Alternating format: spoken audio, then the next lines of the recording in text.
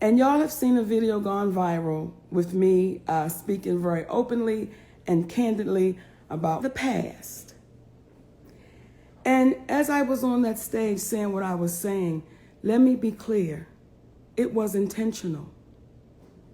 It was intentional. The contract situation and the headliner situation, that was just the icing on the cake for D.L. Hughley and I. Let's take them back, though. Take them back. Let's take them back to the beginning so everybody can get an understanding of where the love fest, if you will, ended. Let me turn it up, Daddy. They saying turn it up. All right. Okay. So let me just take y'all back to where when you think you're cool with somebody, you find out that you're not. Some time ago when D.L. Hughley, he still has his radio show, and they called me to do an interview. I go on to do the interview, and I'm getting interviewed by the sister Jasmine, and I can't remember the other gentlemen that were in the room. It was one of his producers, and it was another gentleman on the radio. And please forgive me, I can't remember their names. So we're having a great time doing this interview. Well, when we get to the end of the interview, the sister Jasmine says, "Hey, Monique, would you like to play a game?" And I said, "Okay, sis, let's play the game." Well, when she said the game is called Would You Rather. So I said, okay, I'm down for it.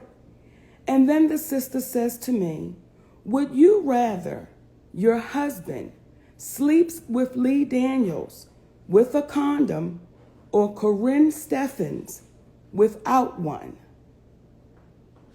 Breathe that in for a sec. Now, for those of you who didn't hear it and you might just have joined the room, I want to take you back to that moment. This sister, a black woman, asked me when they were playing this game called Would You Rather, "Hey, Monique, would you rather your husband sleeps with Lee Daniels with a condom or Corinne Steffens without one?" Now, the question that I would ask anybody that's listening, is that offensive? Is that insulting? Is that going too far? And how, when you are pro-black or portray yourself as a pro-black man, how is that helpful to the community to ask, would you sleep with Lee Daniels with a condom? Would you prefer your husband sleep with Lee Daniels with a condom or Corinne Steffens without? Because any way Monique speaks on it, what happens? You're downgrading the other person. Yes. And despite the fact that Monique and Lee were having a rift at the time, she refused to say anything negatively against them in that regard. She wasn't going to play that. But to your point, then what happened? So DL was not there that day. I said to his team, let me call DL Hughley, because what I know is that brother ain't down like that. He gonna have a problem with y'all saying that kind of foolishness. So I get DL Hughley's telephone number, and I call DL Hughley. And I said, hey man, I just did an interview with your people, and this is what they trying to run. Like, this is the game they trying to play. And DL's response was, that's just how we do, and that's what it is. I said, really, brother? So we attack families now? Like, what you doing? Like I said, that's just how we do. I said, DL, I would suggest you don't air that, because I don't think it's going to make you look good to the community. Now, if y'all notice, that never got aired, and I never said anything. Through the years, I never said anything. I kept it to myself, because what I knew was that I was going to see DL Hughley again. Now, after that situation happened, it let me know, for whatever reason, DL Hughley was not cool with me, for whatever reason. Then through the years, and I want y'all to hear me, please. Through the years, I've listened to this man talk about all that I'm not, what I didn't deserve. I was mentally ill. I was bitter. Me and my husband did poor business. I was selfish. I was fanatic. I was psychotic. Now, don't take my word, please. You can Google it for yourself, YouTube it for yourself. D.L. Hughley speaks on Monique. And through the years, my babies, I said nothing because I knew the day would come that I would see D.L. Hughley. Now, for every interview he's done, I didn't get it from nobody else's mouth. I watched it for myself. And I watched this brother sit down with that white cat, Vlad, and tell this white man all that I wasn't, as the white man told him all that me and my husband wasn't. And I watched D.L. Hughley go in. Now, it ain't that he just goes in on me. D.L. Hughley has a habit of saying freely what he wants to say about anybody. Ice Cube. Come on. Angela Stanton. Come on. Kanye West. Mm-hmm. Like the young babies. Islam.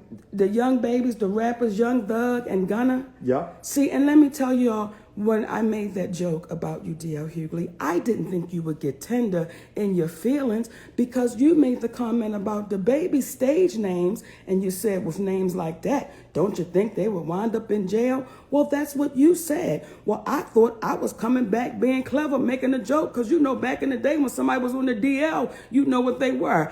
I don't think you're a homosexual man, DL. I was making a joke and I can't believe you got tender. See, you got tender after you've talked for years. So let me be clear to you babies watching. Saturday night, I don't care where I went up on that stage, I was going to hand D.L. Hughley his ass. Because through the years, I've listened to this man speak so freely about my poor decisions, my life choices. And he spoke as if we had a conversation sitting down talking. Now, please tell the good people out there what it is that made you go on his show to be blindsided by that question in the first place. What was it about your relationship that made you think he was a comrade in comedy? See, y'all, I'm one of them old school kind of girls. I'm one of them old school, round the way, down the block kind of girls. And when you get invited to my home, that means something to me. And this was back in the day. This was back in the 90s. And I was opening up for D.L. Hughley. And I was excited. He was doing a comedy club in Upper Maryland. It was the night of a Mike Tyson fight. So no one showed up. 10 people showed up to the show. It was no judgment because everybody understood when Mike Tyson fight, the world shuts down. So for whatever reason, DL had the date.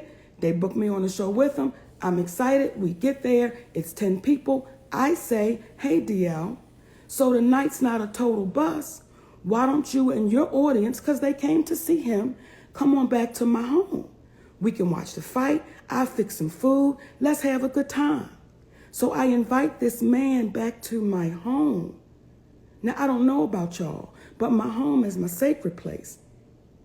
But I invite him and his audience back so people wouldn't walk away disappointed that there was no show. So that's why I felt like from that moment to the moment I did his radio show and they tried to come with foolishness, I always thought D.L. Hughley and I were cool. Always. Never knew that he had so much to say. And had Brother DL, because regardless of the beef, that's still our brother. Come on. But had Brother DL simply said, I apologize that offended you, I apologize for catching you off, I could see how that could catch you off, because had my wife came on there and you said something like that to her in reference to me, that would have been insulting, because we are supposed to be protective of one another in that regard. But beyond that, because when Monique told me that that's what he said, I personally didn't take offense to him utilizing me. I took exception to him utilizing Brother Lee and Sister Corinne. Because what had they done to him? Again, when you are a senior in the community and you 59 years old and your history is you used to be in a gang, you dropped out of school, you got your GED, that right there is an incredible story of how somebody made mistakes, turned it around, came from nothing, and made something of themselves. Can't help but give him props, be proud of him. But when you listen to him go after Ice Cube, because that man made a decision as a man to say, I'm not going to get that vaccination and it doesn't matter how much money it is. That's what you call integrity. When you have a brother named Kanye that has had the challenges that he's had, and you have him calling that man out as opposed to calling him up and saying, let me put my arm around you. And he and Steve talking about, we come from a place called Whoop Ass. The Whoop Ass Tribe. The Whoop Ass Tribe. Listen, that may have been cool when you were younger, but what you trying to give to the young folks, because if they get the whooping on people, they going to jail. I'm 54. DL 59. Steve 62. Monique 50-something years old. What we look you like? Said 50-something. I'm 54. My bad. 54. I know. But what good would it do our old asses out here fighting? So the point of all of that is, there's an old saying, you live by the sword and you die by the sword. If you've been comfortable talking about Rizza Islam in reference to his opinion about a vaccine, if you're talking about our sister Angela Stanton and her views, but then she approaches you in the airport to see your personal opinion about it, but you call security. If you don't believe me, reach out and ask. Okay. We sorry. Okay. We saying to you then, we shouldn't talk about people and then not have the same energy when we see them, when we talked about them. But that's what happens when you start with people that didn't start anything with you.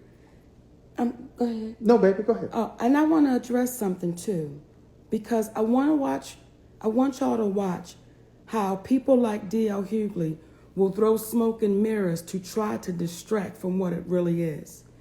If you watch the video of what I said, if you watch that video, I didn't say anything insulting in reference to that man's family, nor his beautiful wife. What I said is I feel sorry for your family. I feel sorry for your wife. Now, the other part that I said, y'all know what it was, and I'm going to leave it on the stage. But to be specific, without being specific, you essentially said, I feel sorry for your wife having to perform a sexual act on a coward. That's exactly. How do you perform a sexual act on a coward? There is nothing that was said about your wife. Nothing. Your family. Nothing. It was directed specifically to you. So let me be clear again. For all the shade droppers, tea spillers, candy bar biters, Saturday night, D.L. Hughley was going to get his ass handed to him because through the years, I've heard this man have a lot to say about me. And what the type of person I am, if y'all don't know by now, I wasn't going on nobody's radio show talking about how I felt towards D.L. Hughley. I wasn't going on nowhere. I was going to make sure the night that I spoke about D.L. Hughley, I wanted D.L. Hughley to be there. Now, I want to address something else. And everything I'm saying, please find it out for yourself. I want to address something. When D.L. Hughley says, and then she brought in Steve Harvey. See, let me tell y'all something. This ain't new. I watched D.L. Hughley and Steve Harvey sit on his show and lie. DL show. On DL's show and lie. I watched Steve Harvey say to DL, we had to edit the show because Monique was saying some crazy stuff and we had to protect her. And then DL says, yeah, man, you was just trying to protect her. And then Steve says, yeah, man, well, let me ask this question. When did they get into the black woman protection business? So that's why I said Steve Harvey that night. So that night, DL, what you got back was the medicine that you've dished out to our community for so long through the years. And I want to address what you're trying to make the show out to be. Detroit, I want to say thank you for that amazing night, because it was amazing. And when DL says the people left disheartened and disappointed and they were ashamed and embarrassed, well, let's address that, because I think it's only fair. From my understanding, Josh Adams kicked butt. From my understanding, Sister Ava Rodriguez kicked butt. Now, I can speak for me because I was there. When I walked out on that stage in Detroit, those beautiful people, they gave me a standing ovation. What happened when you walked off? Those beautiful people gave me a standing ovation. Now, what has happened in that moment, and this is for the comics who have so much to say. Come on, sweet babies, because this is Comedy 101. When you are the headliner, you have to meet the challenge. Regardless as to who goes in front of you and what is said, you have to meet the challenge. And what happened was, when D.L. Hughley walked out on that stage, he could not meet the challenge. See, I've had to go up on stage after people have been booed. I got to go up on stage because I'm the headliner. I've had to go up on stage after people have talked ill about me in front of me. I still got to go up on that stage. And my job as the headliner is to make sure when that audience leaves, they leave feeling fulfilled. So because you could not step up to the challenge, D.L. Hughley, you have now made it appear as if the night was bad. And if y'all were paying attention, my babies. But finish your thought. Oh. He made it appear as if the night was bad. He made it appear as if the night was bad. Just your night was bad, DL. Just your moments were bad, DL. And I want to address something else, because if you want to try to make me look unprofessional, let me tell you how much I get down for the people. I could have not gone out on that stage. I could have not gone out on that stage. Well, why did you? Because I love the people. I don't take those people for granted. I don't take the people for granted that may have paid their last dollar to buy a ticket to a show that I am a part of. I don't take those people for granted that said, you know what, tonight I need to come out and release this. I don't take those people for granted. So I could have not gone out on that stage. But because of the people, I walked out on that stage, and I said that to the people. So when y'all say, well, why didn't she go out? Because that's just not the type of woman I am. And I want to share something with y'all that y'all don't know about this human being sitting to the right. When she says it, she really means it. She had the privilege of being told by a gentleman y'all may have heard of, who said, never stop being who you are. Always be you, because you works. His name was Richard Pryor. And there's a gentleman by the name of Rudy Ely. That's the nephew of the legendary Paul Mooney. He was there and could corroborate Paul Mooney saying, you know they call you Mrs. Pryor. Why they call you that? Because you remind them of the female Richard Pryor. Now, when you hear other comedians talking trash about her, you got that from comedy royalty. The king, before there was a king of comedy. So that allows you to just keep moving forward and not take anything personally. But I say that to say, when you walk on that stage and you are a comedian, it is your job to be truthful to the audience. She doesn't work at the Quickie Mart. She's not a brain surgeon. Her behavior on stage is not unprofessional, because it's indicative of the latitude that a comedian is given. They're given a comedic license to speak in reference to their life. And guess what she did?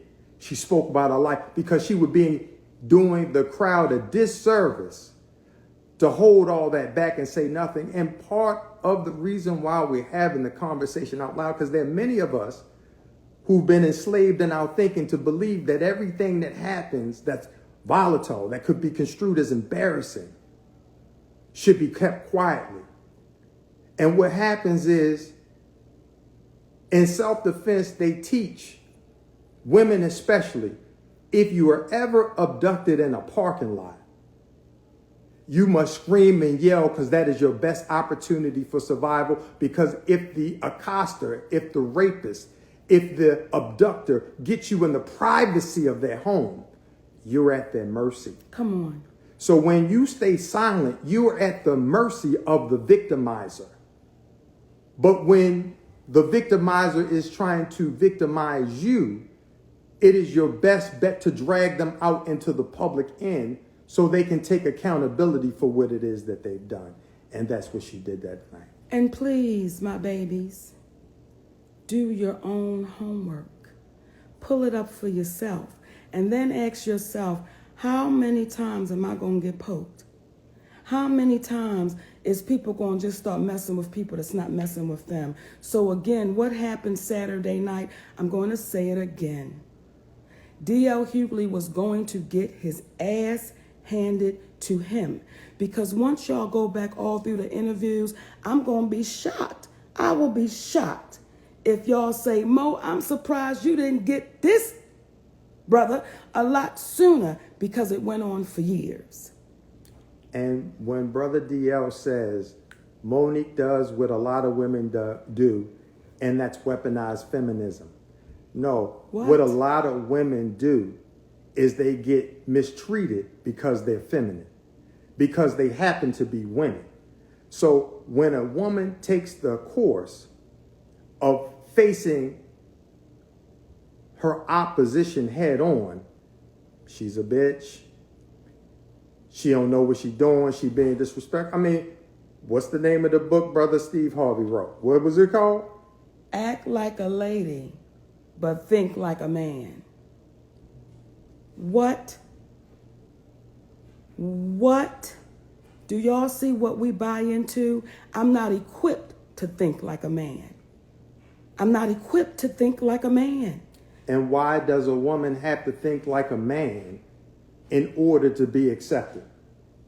And then when a woman thinks like a man and dealt with DL head on, now it's a problem again. But I got to go back to this, Daddy. Go back to it. I can't believe DL Hughley. I can't believe Daryl Lynn, you a tender. Now, that has nothing to do with your sexuality. It has everything to do with your heart.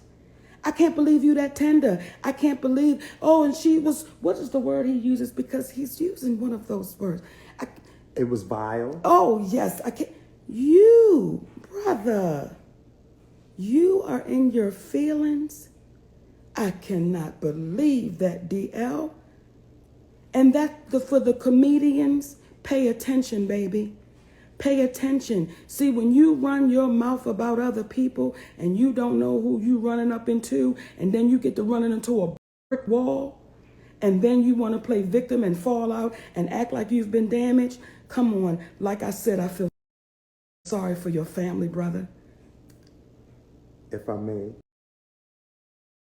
Yes, you may, change in another direction. Change it. What we believe in is trying to put forth the facts because we love our people. Yes. And what a lot of individuals don't know is the people that he spoke about Monique having a problem with, he said they all are the same. And they're right. They all were people who stepped to her and she stepped back. Now that's the problem. If you notice throughout the years, what are the details associated with what makes Monique difficult? See, when they speak in generalities, it allows you to come up with your conclusion about how she was difficult, but they never go into the specifics. See, the specifics would be Monique has a problem with Oprah Winfrey and Tyler Perry. Oprah Winfrey for multiple reasons.